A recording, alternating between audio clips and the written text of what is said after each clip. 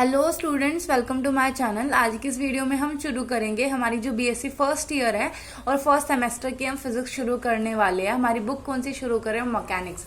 हमारी फर्स्ट जो यूनिट है उसका क्या नाम है? Basic concepts of classical mechanics.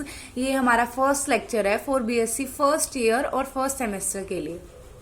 ठीक है, तो बच्चों हम क्या पढ़ेंगे? बेसिक कॉन्सेप्ट पढ़ेंगे। किसकी? क्लासिकल मैकेनिक्स के। क्लासिकल मैकेनिक्स के बेसिक कॉन्सेप्ट्स। सबसे पहले आपको बताना चाहिए कि मैकेनिक्स क्या होती है। मैकेनिक्स फिजिक्स की वो ब्रांच है जिसमें हम बॉडी के मोशन के बारे में पढ़ते हैं। ठीक है, हम क्या पढ़ेंगे? बॉडी मूव कर रही है, मोशन कर रही है, हम उसके बारे में पढ़ते हैं। ठीक है, और आपको साथ साथ मैं यहाँ पे पीडीएफ भी प्रोवाइड करूंगी, और अगर आप चाहे तो यहाँ से स्क्रीनशॉट ले लेना। आप मुझे कमेंट सेक्शन में बता देना अगर आपको पीडीएफ चाहिए, तो साथ साथ बता देना, मैं आपको पीडीएफ वहीं से प्रोवाइड करवा दूंगी। और जितना मैं आपको यहाँ पे लिखवा रही हूँ वो आपके लिए सफिशिएंट है कि आप अपने एग्जाम में उतना लिख के आ सकते हैं। तो हम शुरू करते हैं मैकेनिक्स में। ये इंपॉर्टेंट नहीं है, ये बस ऐसे ही है। उसके बाद में देखिए हमारा फर्स्ट टॉपिक क्या है? Linear momentum. लीनियर मोमेंटम के बारे में आपने 12th क्लास में भी पढ़ा होगा। लीनियर मोमेंटम क्या होता है? लीनियर मोमेंटम को हम पी से डिनोट करते हैं। P, linear momentum of the particle is defined as the product of mass and its velocity. Linear momentum क्या होता है? प्रोडक्ट होता है किसका? मास और वेलोसिटी का। और सबसे मेन बात आपको याद रखनी है, आपको ये शो करना है कि कौन सी क्वांटिटी वेक्टर है, कौन सी स्केलर। जो वेक्टर क्वांटिटी है उसके ऊपर आप वेक्टर रिप्रेजेंट करेंगे। वेक्टर और स्केलर क्वांटिटी के बीच में आपको डिफरेंस पता ही होगा। स्केलर क्वांटिटी जिसके अंदर सिर्फ मैग्नीट्यूड होता है, और वेक्टर क्वांटिटी जिसके अंदर मैग्नीट्यूड प्लस डायरेक्शन दोनों चीजें में मिलती है। फॉर एग्जाम्पल जो डिस्टेंस और डिस्प्लेसमेंट। ठीक है, डिस्प्लेसमेंट क्या है? स्केलर क्वांटिटी है, बिकॉज उसमें डायरेक्शन भी कंसीडर होती है। और डिस्टेंस इज वेक्टर क्वांटिटी है डिस्प्लेसमेंट, और स्केलर क्या है? जो डिस्टेंस है वो स्केलर क्वांटिटी है। ठीक है, उसके बाद में देखो लीनियर मोमेंटम क्या हो गया? प्रोडक्ट होता है किसका? मास और वेलोसिटी का। And is directed in the direction of the velocity. जिस डायरेक्शन में वेलोसिटी होती है उस डायरेक्शन में क्या होता है? लीनियर मोमेंटम हमारे पास हमारा होता है। ये छोटी बातें हैं जो आपने पढ़ रखी है पहले ही 12th क्लास में। उसके बाद में हम क्या पढ़ते हैं? न्यूटन्स का second law of motion. Newton के सेकेंड लॉ ऑफ मोशन के बारे में हम पढ़ते हैं। न्यूटन का सेकेंड लॉ ऑफ मोशन क्या बोलता है? Due to interaction with the internal object and fields a particle में experience force of various types. Example gravitational और electromagnetic. The vector sum of these forces represent the total forces acting on a particle.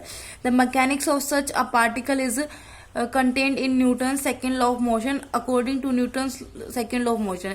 ये theoretical portion है जो आपको समझ में आ गया होगा। इसने क्या बोला है? अगर कोई भी ऑब्जेक्ट किसी भी फील्ड में है, अब जैसे यहाँ पे एक चुम्बक है और आपके साइड में एक चुम्बक है, मतलब दो आपने क्या ले रखे हैं? मैग्नेट ले रखे हैं। ठीक है, तो मैग्नेट के साइड में अगर आप मैग्नेट्स रखते हो तो वो वहां पे क्या कर गया? मैग्नेटिक फील्ड वो क्या कर रहा है? फील कर रहा है वहां पे। ठीक है, तो उसने यही बोला है ग्रेविटेशनल फोर्स। कोई भी चीज जैसे ऊपर से ऐसे ये पेन है, ये यहाँ से यहाँ कर रहा है, तो बिकॉज ऑफ ग्रेविटी, तो यहाँ पे ग्रेविटेशनल फील्ड है। सिर्फ उसने ये सिंपल सी बात बोली है। तो न्यूटन का सेकेंड लॉ ऑफ मोशन क्या बोलता है? न्यूटन का सेकेंड लॉ ऑफ मोशन बोलता है कि जो लीनियर मोमेंटम होगा, इसका आपको मेन क्या लिखना है कि न्यूटन का सेकेंड लॉ ऑफ मोशन क्या बोलते हैं?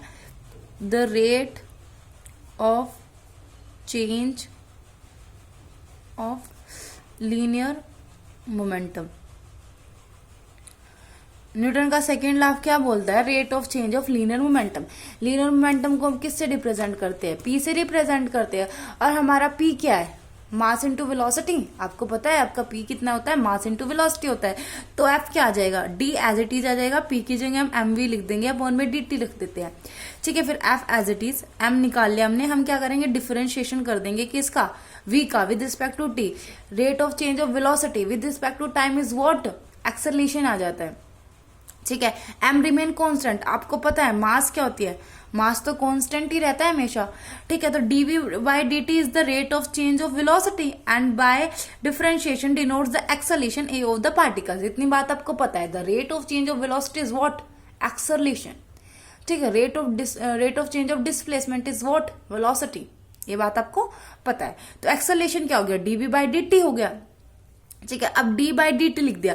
अब v देखो बच्चों, आप ये मेन बात आपको ध्यान रखनी है, मैं आपको अच्छे से समझाने की कोशिश करूंगी। एक्सेलरेशन क्या होता है? dv बाई डी टी होता है। अब देखो d by D T as it is लिख दिया। अब v क्या हो गया? v क्या होता है बच्चों? डिस्प्लेसमेंट अपॉन क्या होता है? टाइम। v क्या होता है? Displacement upon time. ठीक है, तो हम D R by D T रख देंगे किसकी जगह? v की जगह।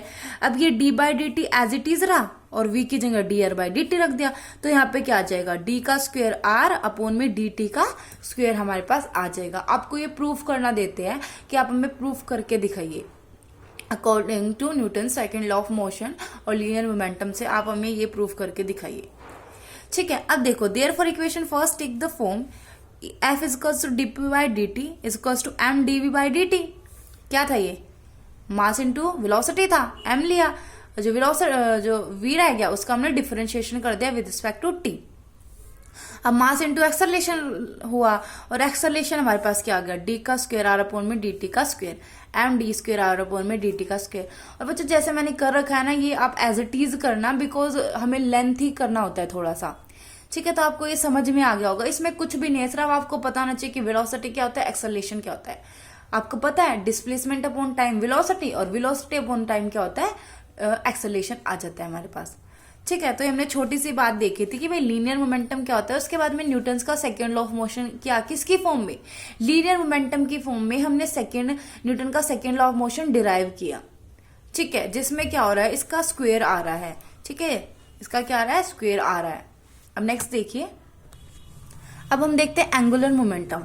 अब angular momentum of a particle about any point O and as origin. ठीक है, कोई भी पॉइंट होता है ओ एज ओरिजन, हम उसको लेके चल रहे हैं, is a vector quantity denoted by L and is denoted by the vector cross product of its position vector R and the linear momentum P.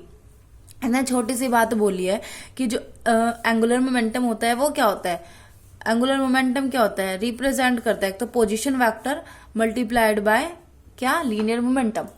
मतलब हम लिखेंगे एंगुलर मोमेंटम क्या होता है, angular momentum is the product of the position vector R and linear momentum P. ठीक है, इतनी बात क्लियर। यहाँ पे क्या है, ये मल्टीप्लीकेशन नहीं है, ये है क्रॉस प्रोडक्ट। क्या ये है क्रॉस प्रोडक्ट, क्रॉस प्रोडक्ट होता है इन दोनों के बीच में। ठीक है, और जो लीनियर मोमेंटम होता है उसके बीच में क्या होता है, उसके बीच में होता है डॉट प्रोडक्ट, और इनके बीच में एंगुलर मोमेंटम के बीच में क्या होता है, क्रॉस प्रोडक्ट होता है। तो एंगुलर मोमेंटम आपको क्लियर हो गया। एंगुलर मोमेंटम क्या होता है, प्रोडक्ट होता है किसका, पोजीशन वेक्टर का, और हमारा जो लीनियर मोमेंटम था उसका, वो दोनों का प्रोडक्ट होता है। It is nothing but the moment of linear momentum. जो लीनियर मोमेंटम का मोमेंट होता है उसी को हम एंगुलर मोमेंटम बोलते हैं। ठीक है, एंगुलर मोमेंटम के बारे में आपने पढ़ा होगा। ठीक है, 11th में 12th में आपने पढ़ रखा होगा। It is SI unit is KG metre square per second. आपको सिर्फ ये इसकी यूनिट याद रखती है। Vector quantity is non communicative. Vector quantity non communicative का मतलब इसने क्या बोला है कि यहाँ पे आर मल्टी क्रॉस पी है, तो इसको आर क्रॉस पी लिखेंगे हम, पी क्रॉस आर इसको नहीं लिख सकते। अगर हम इसको लिखेंगे तो ये हमारा रॉन्ग हो जाता है, ये हमारा गलत हो जाता है, तो हम इसको आर क्रॉस पी ही लिखते हैं। ठीक है, तो बच्चों ये हमारा फर्स्ट लेक्चर था, ये हमारा फर्स्ट लेक्चर था बीएससी फर्स्ट ईयर के लिए और फर्स्ट सेमेस्टर के लिए। तो इस लेक्चर में हम इतना ही करते हैं, और अगर आपको वीडियो समझ आई हो, अच्छी लगी हो, तो प्लीज लाइक कर देना और शेयर कर देना। और नेक्स्ट टॉपिक करवाने के लिए आप मेरे को कमेंट सेक्शन में बताना कि आपको नेक्स्ट टॉपिक चाहिए कौन से टॉपिक पे। ठीक है, थैंक्स फॉर वॉचिंग, और अगर आप नए हो तो प्लीज चैनल को सब्सक्राइब कर देना।